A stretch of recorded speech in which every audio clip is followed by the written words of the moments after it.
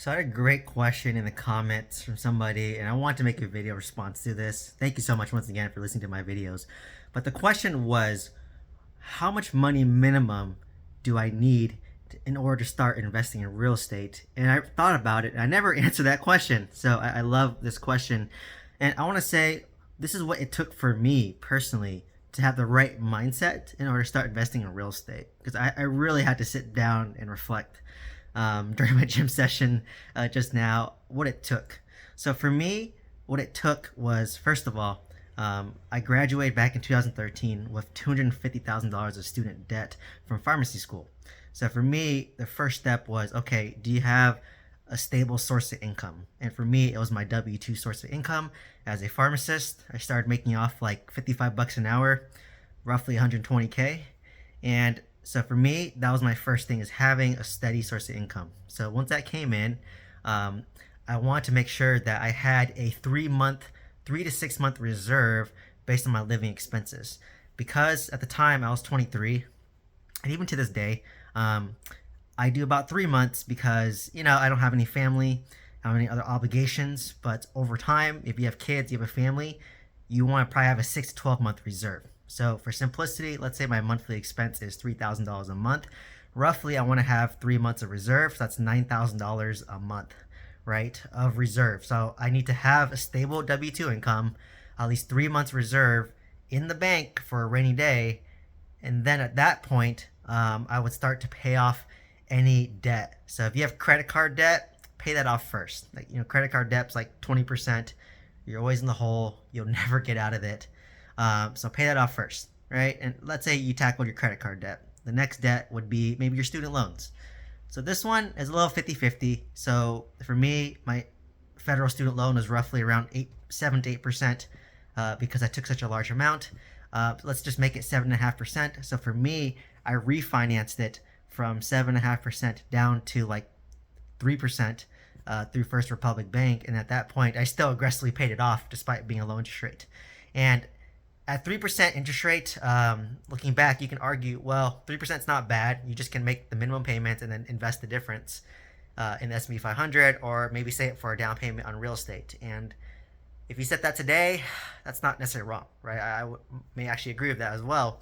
But for me, I was just so focused on student loans that like nothing else would matter to me at that time. So I really wanted to pay off my student loans. So I aggressively paid off my student loans. And the moment I paid off my student loans in 2017, that's when the flip switched for me, and that's when I started wanting to invest in real estate. So let me break down my baseline situation. Number one, stable W-2 income as a pharmacist. Number two, I had a 3 month reserve, which was about $9,000 to $10,000 for me, just sitting in the bank. Number three, I had no credit card debt, but I pay off my credit cards every month, which is how I have an 800 credit score. Happy to talk about how I have an Android credit score. I mean, it's pretty easy. Just pay off your loan every month, right? Or pay off your payments every month. But if I had a credit card debt, pay it off. For me, I had none. And number four was I wanted to pay off student loans. And for this point, you could argue either way.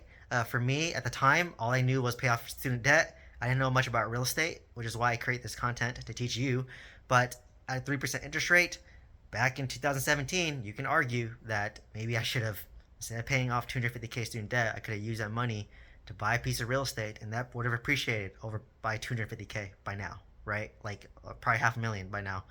So who knows, right? But for me, I pay off my student loans. Now at this point, this is when you start to feel comfortable with buying real estate, right? And how much is that? So for me, I did 10% down on a single family home, primary residence that I house hacked. So what does 10% look like for your market? So for my market at the time in 2017, homes were about 800K. So I need $80,000 saved up, right? In order to down for my payment, right? So at that point, remember, once again, strong W-2, 10K in reserves, 3 months of reserves, which is 10K for me. No, pay off your credit card debt, or if you have no credit card debt, pay off my student loans. At this point, you save it for at least 10% down. And then we save for 10% down. What you want to do is, now that you have a mortgage, what does that mean? You need a larger 3 month reserve. Because let's say I was at $3,000 in expense, but now with my mortgage, now I'm at $6,000. It doubled. So now my reserve needs to be 6,000 times 3, so 18,000 to 20,000, right? Makes sense. So as you build more assets, your reserves go up. So for me, for example, today, my minimum reserve is at least 150K, and I dipped below that. So I'm now trying to save back up to 150K, right? So for me, how I helped build up my reserve again was a house hack. So I lived in the master bedroom, rented out the 3 other bedrooms. Those 3 other bedrooms covered my mortgage, so it reduced my expense, right? So that's how I personally did it, right? So that's what you need, right? And that's just for single family home. If you want to get into multifamily, and this is 5+ units, I would say you need at least a minimum of around 300K. And why 300K? Well, because let's say you want to buy $1 million apartment complex, that's 5+ units, depending on your market, that's roughly what it is. You need 25% down, which is 250K, plus another 50K in reserves for a rainy day or renovations, right? And that's being conservative, right? Like for me, at most of mine, I need at least $400,000 to bring the deals all the way. So, so for me, 80K for a single family home, unless you live in a cheaper market, and you probably need roughly around 200, 300K for apartment complex. So these are the bare minimums that you need, right? And as you build more in assets like my level, you need a bigger reserve. You have to be more conservative, right? Because now I have more to lose. So thought this was a great question. Didn't realize I did all these steps. Like to me, it came very natural. It came very organic. And kind of one step that I glossed over was you have to have a good credit score as well, right? Like you have to pay off your credit cards every single month. If you have a late fee, ask to get those late fees waived. Set up auto pay.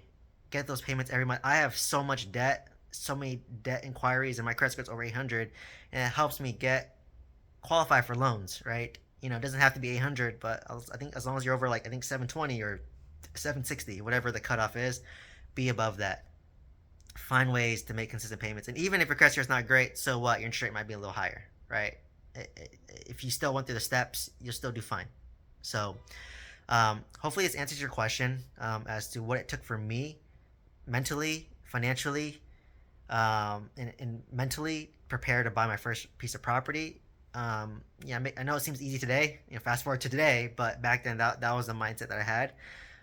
And that's what I mean by real estate compounds, right? Like back 7 years ago, that's where I was, and fast forward 7 years later, look where I am today. I never would have anticipated I'd be where I'm at, and I started way over there. So hopefully you found value from how I started. Hopefully you can take some of the tips that I did. And obviously you can tweak it to your situation, but for the most part, I think these steps are pretty solid. Will help me lay a solid foundation, and despite scaling real estate, still working full-time W2, and I still am learning. So hopefully you found value. Please let me know if any other comments or questions down below, and I hope to see you in the next one. Thank you so much.